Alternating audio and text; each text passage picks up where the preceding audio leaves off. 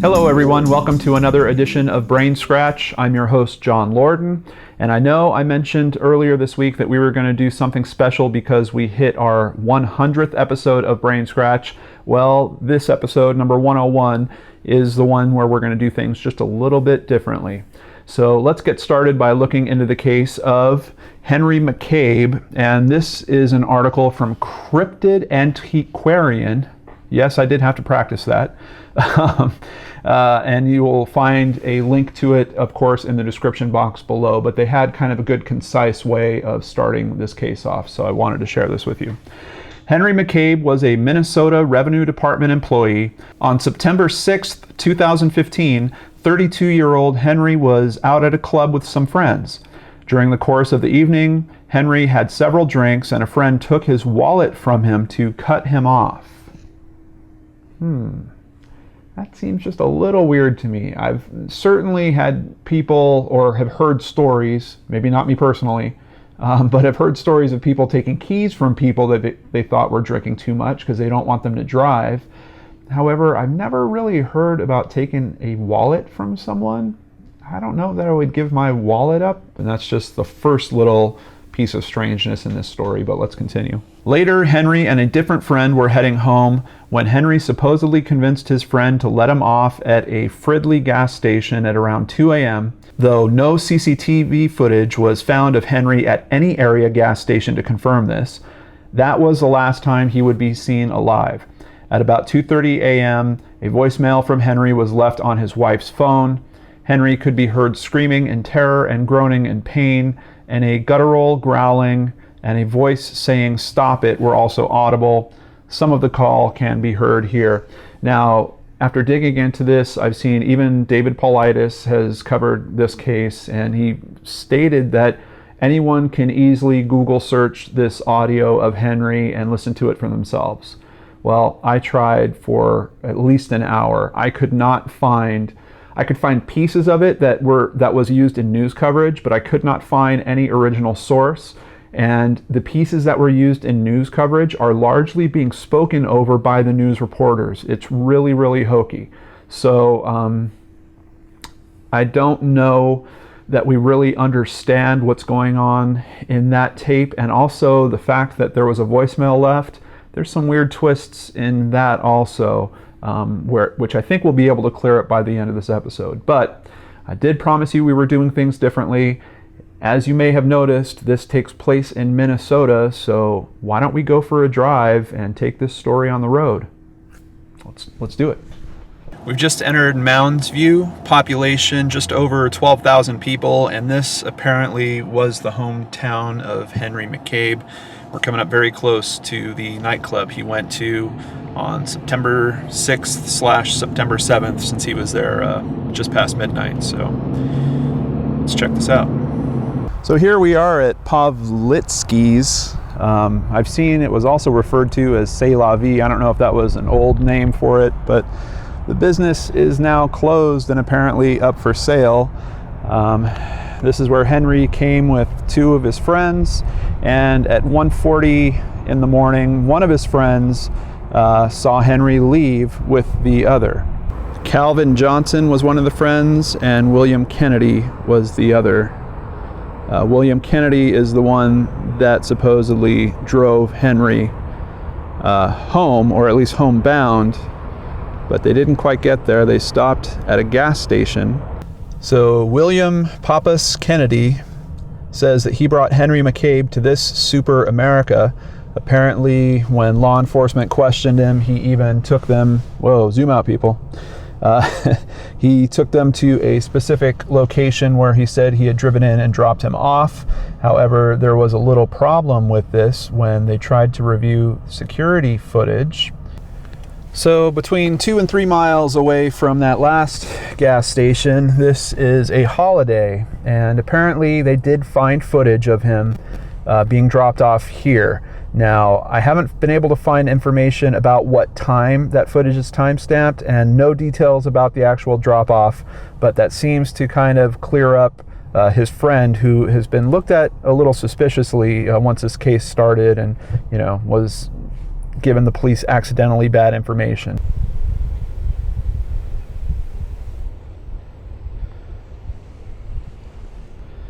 This is Creek View Park, which is also close to a place called Rice Creek.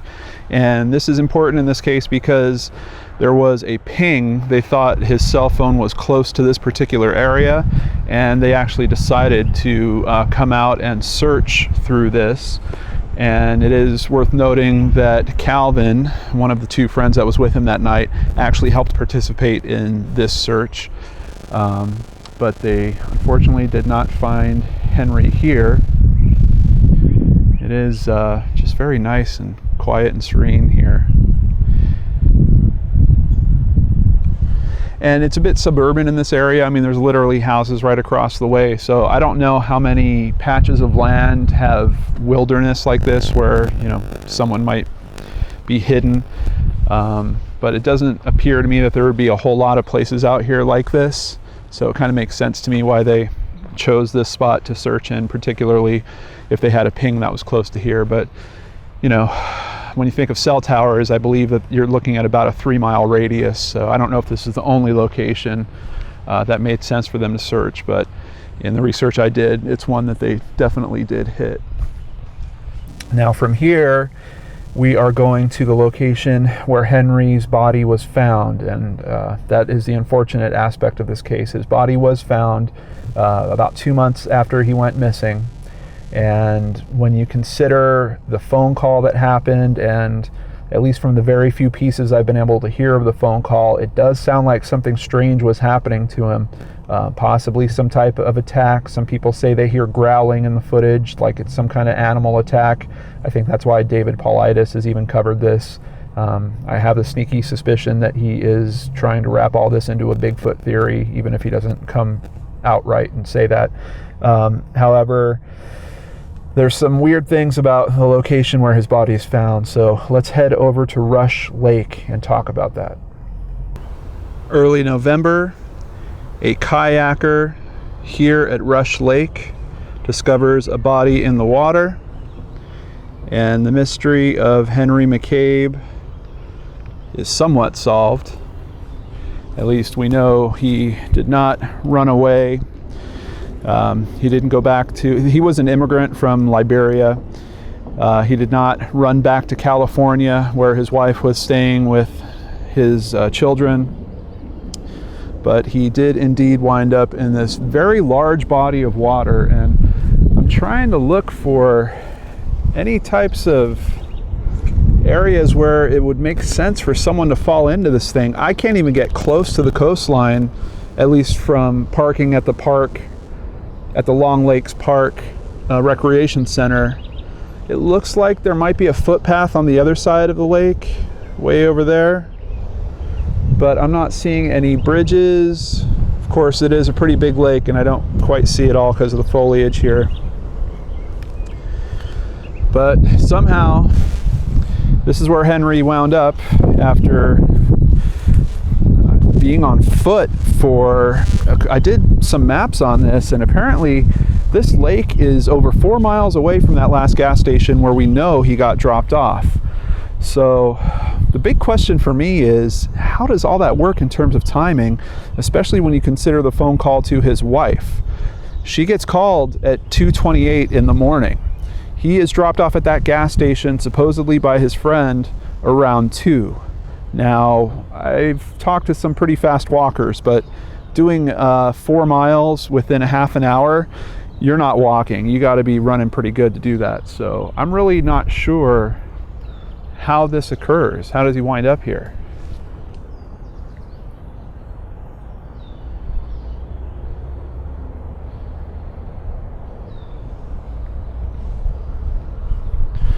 I've also checked out this lake just from an aerial view, and it doesn't look like there are any major creeks that feed into it. Or I was thinking maybe if he had gotten into the water somewhere else, could he have been carried here?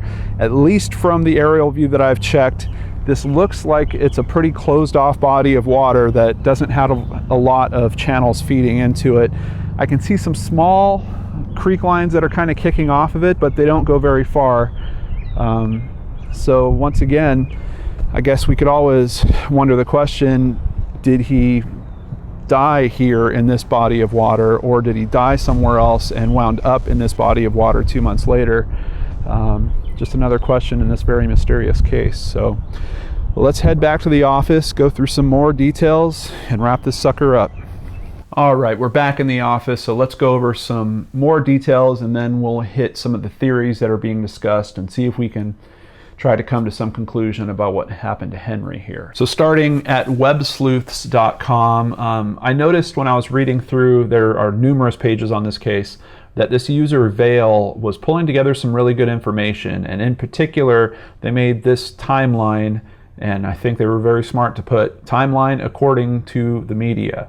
Sunday, September 6, 2015, Henry joins at least two friends, Calvin Johnson and William Kennedy, at Povs on Central, Highway 65. 1:40 a.m., that's the last time that CJ sees Henry at Povs leaving with WK.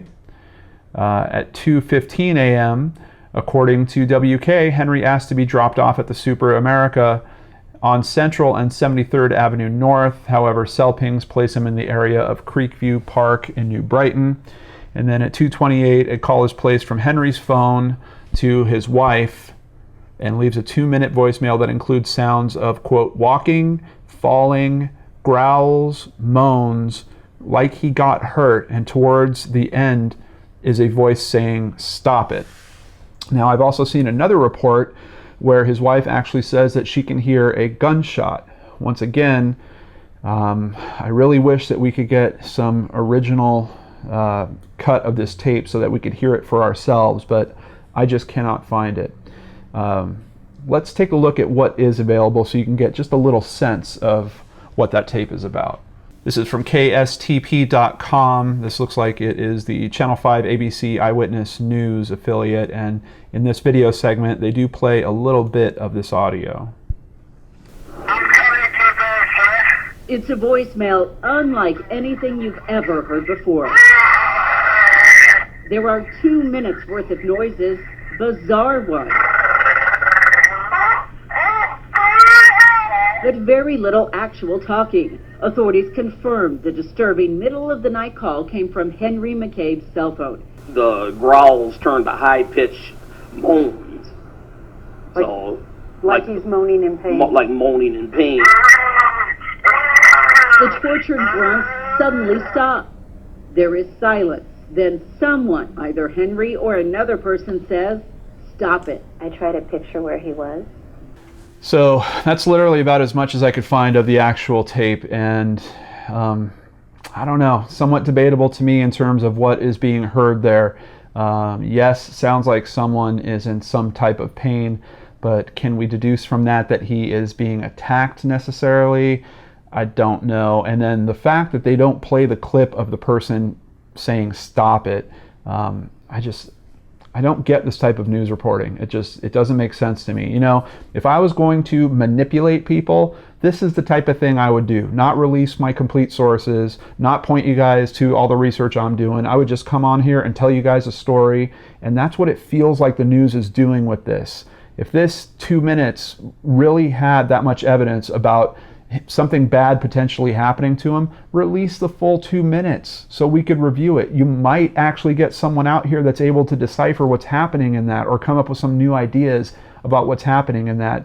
But in this case, the news wants to report it their way, and they want to turn this into a bit of a scary story, is my perspective on it. I just have not seen footage or coverage that is being very upfront about this tape. And as a matter of fact, it seems like some people are getting big parts of this story wrong about this. There are certain reports that are saying that not only did he call his wife that night, he also called his brother, and then people are wondering, well, how did this get recorded if the wife was on the phone with him? And there's all this kind of banter about, well, she called him first, then he called her back, but she didn't answer, and people saying, well, that doesn't make sense. Why wouldn't she answer if she thought he was in trouble? It is a mess trying to figure out the mechanics of what happened around this phone call. That's just kind of my 2 cents. Let's keep looking here. Vail's timeline continues and goes into some of the search efforts. here's a little bit of information that between that gas station where he was supposed to have been dropped off, the Super America, that it would have been roughly a 35-minute long walk for him to get home from there. Now, what I think is interesting is the other gas station that we know he was dropped off at is a few miles away from that, and not in a direction that is closer to, at least to the center of Mounds View. So I don't know if both these guys were just really confused about where they were, but it seems like his friend drove him actually farther away from home than would have been necessary, and it just doesn't make a whole lot of sense to me. And even then, when you look at the path that he took to walk, it doesn't seem like he was heading kind of in the right direction. And I have to theorize at this point, was he even trying to walk home? Was he maybe just walking because he just wanted to be out in the fresh air and try to, deal with how drunk he was, or deal with some type of depression or something like that? And at this point, I think I should mention, I did bump into some evidence. I bumped into some information. I won't call it evidence because I haven't seen it for myself. That he did get a very bad review at work recently. There are reports that he had bounced a rent check right before this. So it seems like things in Henry's life may have been in a bit of turmoil. Maybe that fueled his drinking that night. Maybe that's part of why his friends had to try to put the brakes on his drinking that night. Maybe that's part of the reason why he wanted to get dropped off at a gas station and have time to walk home. Maybe he wanted to think about things or something like that. Some people are also alluding to, is there something going on with the marriage? Why is the wife in California? I do see mention, particularly in Vail's timeline, that the wife is talking about them potentially moving to California. But I haven't seen any information to say that that was part of Henry's plan, and we know that he was working for the state of Minnesota, so some people were thinking, oh, he's going to transfer to a job in California. Apparently that wouldn't happen with the type of position that he had. So moving to California wouldn't be unheard of. From what I understand, he did go to school there, so I know that he has family out there. So, but it's just, I really don't know what to make of these personal details in terms of this overall story. I know that he was walking. From the phone call, I could hear him walking, Corrine said. The last call I had with him, it sounded like he cried out, like he was hurt, and then the phone hung up. And what's interesting about that, I've seen another clip where she was talking about this. She said when she called back that the phone instantly went to voicemail, which, a lot of people are thinking that this was some type of accidental dial, that he wasn't really trying to call his wife. That maybe, I don't know, I'm just thinking at this point, but if he was bent over or something like that, his cell phone was in his rear pocket, maybe it was like a butt dial type situation or something along those lines. But for her to call back and to go right to voicemail tells me that either the phone call on his end was still connected, which I don't think happens with cell phones too much anymore. This is only, about 8 months ago. This is back in 2015. So I'm assuming he had a relatively recent, decent cell phone. Or the phone was shut off or damaged in some way where it wasn't working. Now, I haven't seen any reports about them finding the phone in the lake that he was found in, but I do believe that if the phone was dropped into water, it would fry rather quickly, and that would stop it from receiving phone calls. So I think that scenario kind of makes sense. The other thing about the growling noise, it just strikes me that if the phone is starting to short out, if it has become wet, but maybe it isn't being submerged in liquid of some kind, perhaps it could mimic that growling noise if the microphone was being damaged and starting to short out. I have heard some weird electronic things like that before. Is there some likelihood this was an animal? Well, according to the reports of when his body was found, there was virtually no injuries on his body. So once again, this case gets a bit more mysterious, and it starts looking like one of these cases that have been mentioned in terms of the smiley face murders or the David Paulides stuff. People ask me all the time in comments, they're talking to me regularly about this theory that men drown, and how does that happen, and why are there no marks found on their body? These are all really good questions. I've done a little bit of research just into the statistical probabilities on this, and the Center for Disease Control out here notes 80% of drowning victims are male. So there is certainly a noted propensity for males to drown. I don't know if it's, I can't explain it. I don't know if it's some type of thing where we just don't think about it as much, or we overthink how we could deal with that type of situation. And then when you start looking at these cases, if we were going to relate Henry to the young college students that regularly go out drinking and then disappear and seem to be found later in rivers and lakes, you have to consider the possibility that alcohol is playing a big part of this. If I was drunk walking home alone and I was about to throw up, would I look at a body of water and say, oh, I've got to puke in the water, as opposed to just puking on the sidewalk or something like that? I think there might be a little something to that thought, that I think it's just instinct for some of us when we're getting sick to do that. As a matter of fact, I was trying to think about times in my life where I have truly groaned in the same way that we hear Henry, I'm assuming it's Henry, groaning in those very small snippets of the voicemail. And the only times I can think of that are one, when I was in extreme emotional anguish from, going through a hard breakup. Actually, in my divorce in particular, I can remember having some really tough moments where it was just this guttural groan, but not quite the same as that. But there have been times, especially when I was younger, when I did a bit too much drinking, and the groans actually would sometimes help my body feel good, or help me kind of deal with what was going on with my body not feeling very well. And I don't know. It's just something I have to put out there. The only times where I've truly been in that much pain where I would groan in that matter have been those two times: severe emotional pain and severe alcohol indulgence that led me to somewhat severe physical pain. I don't quite hear, I want to say, shrieks of terror going on in those few blips of phone call.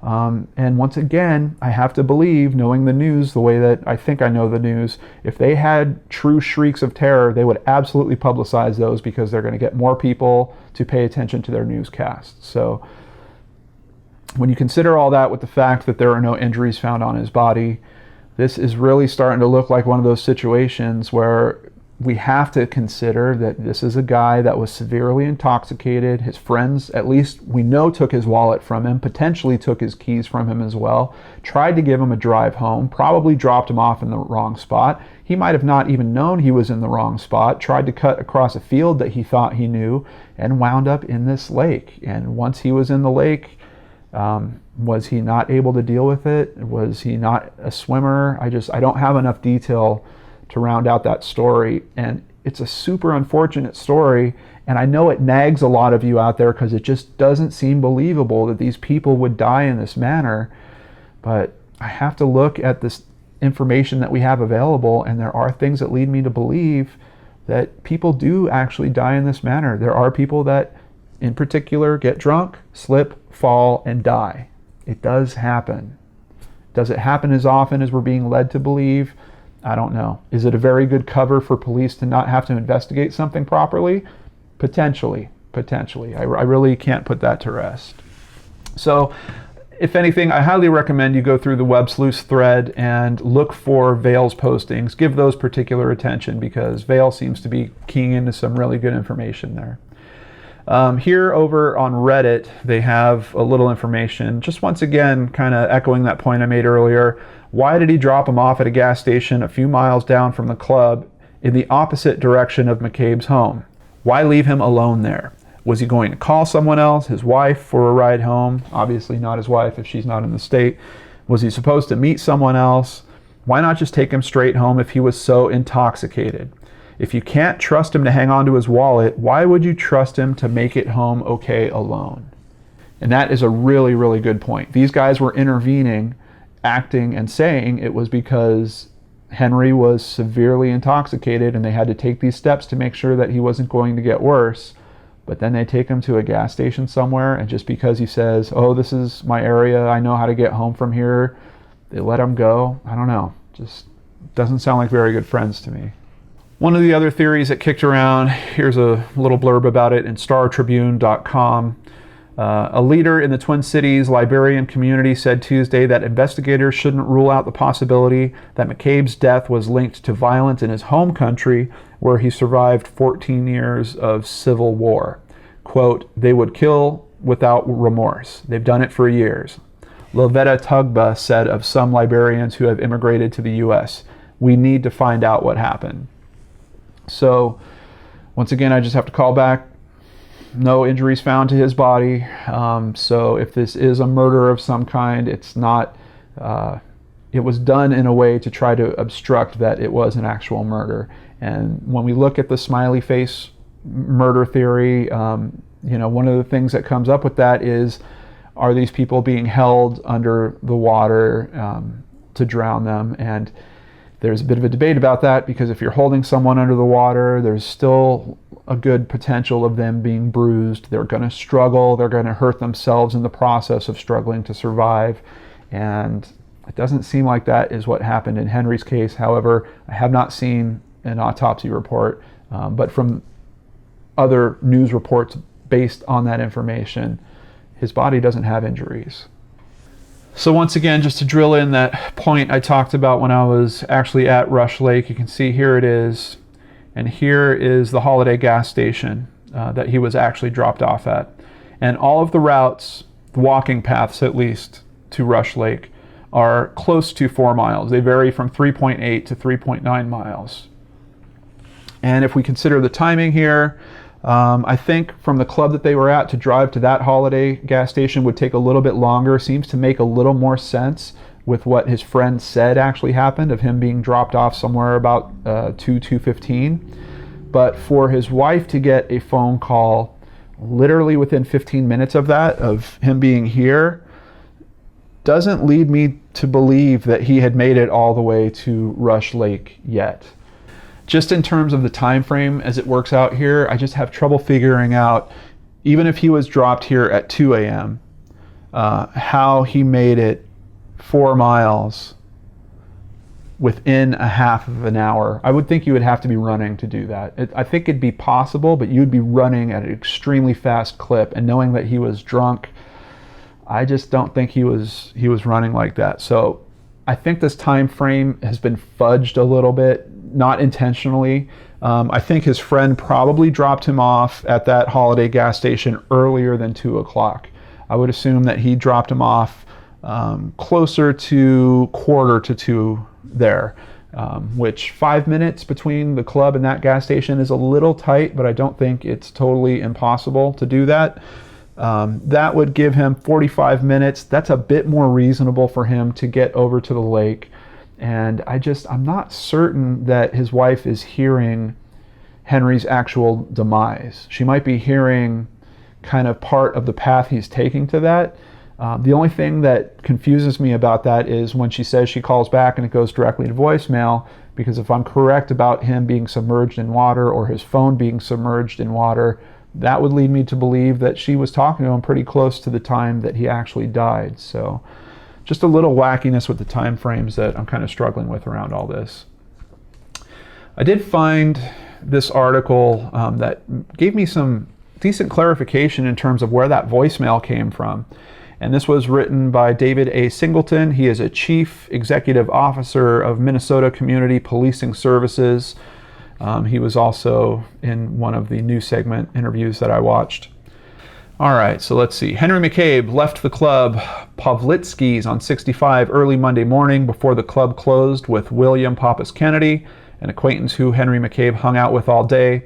Later that night, they rode to the club together, and according to Kennedy, he dropped off McCabe in Fridley at the Super America gas station on 73rd Avenue. Later that morning, Corrine McCabe, Henry's wife, who was consistently stated that she was in California on September 7th, 2015, the morning Henry McCabe went missing, notified Henry's family members that in the early morning hours of September 7th at approximately 2:23 a.m., Henry McCabe's phone pocket dialed her, and Henry McCabe was heard screaming in distress and stated that someone shot him. The phone hung up, and that's the last time anyone has heard his voice. During this bizarre phone call, Corrine McCabe called Tim Berber, Henry's biological brother. The voicemail picked up, and the last 2 minutes of the call was recorded. Berber hadn't checked his voicemail until the next day, and after listening to what he describes as, quote, his brother crying, Berber knew that something was very wrong, so he filed a missing person report with the Mounds View Police Department in the city where Henry McCabe lived. Now, this seems much more reasonable and seems like a very good explanation of how this voicemail came to be. And this man, he was helping to lead the investigation in terms of the searches for Henry after he went missing. So he's very close to the information. I kind of believe that this is the best account of where that voicemail came from. So essentially, wife gets a call from Henry, doesn't understand what's going on, keeps that on the line and tries to conference call the brother in, but the brother doesn't answer. It goes to voicemail, and that part of the recording happens. Makes a bit more sense than all these other wacky stories that I've been hearing about that. So at least one very small mystery down, but a lot of unanswered questions in this case. And in terms of theories, you could go all over the place with it. I mean, you could even throw a Bigfoot theory at this. However, once again, we have to look at the information that is known. It appears like his body is not damaged. Is this another smiley face murder or some type of mass murderer getting away with it by somehow submerging his victims and not leaving a mark when they struggle with him? It's a theory. Outside of that, we have to consider the fact Henry possibly had an accidental death here. I think we could also consider the fact that Henry might have not been going through the best time in his life, and perhaps this is some form of suicide. I don't really put a whole lot of stock in that, but I think it's worth mentioning just because we know that there was a bit of turmoil going on, or at least there's reported turmoil in his life. So I don't know. There is a lot more research in the description box below. There's many more articles that I didn't go over with you guys piece by piece. So if you want to dive into this case, hit the description box and do your own searches, because this case is recent enough. There is a ton of information out there. However, you're going to have to read through a lot of different interpretations to try to make some sense of what the truth is in all this, because the news reports, I'm not sure how much to trust the accuracy of those, particularly in this case with some of the noted discrepancies that I've found. And I'm just going to put it out there one more time. I'm super, super disappointed no one has released this actual footage or the voicemail so that people could determine for themselves what's going on there. I really don't know what to think. But that's where you guys come in.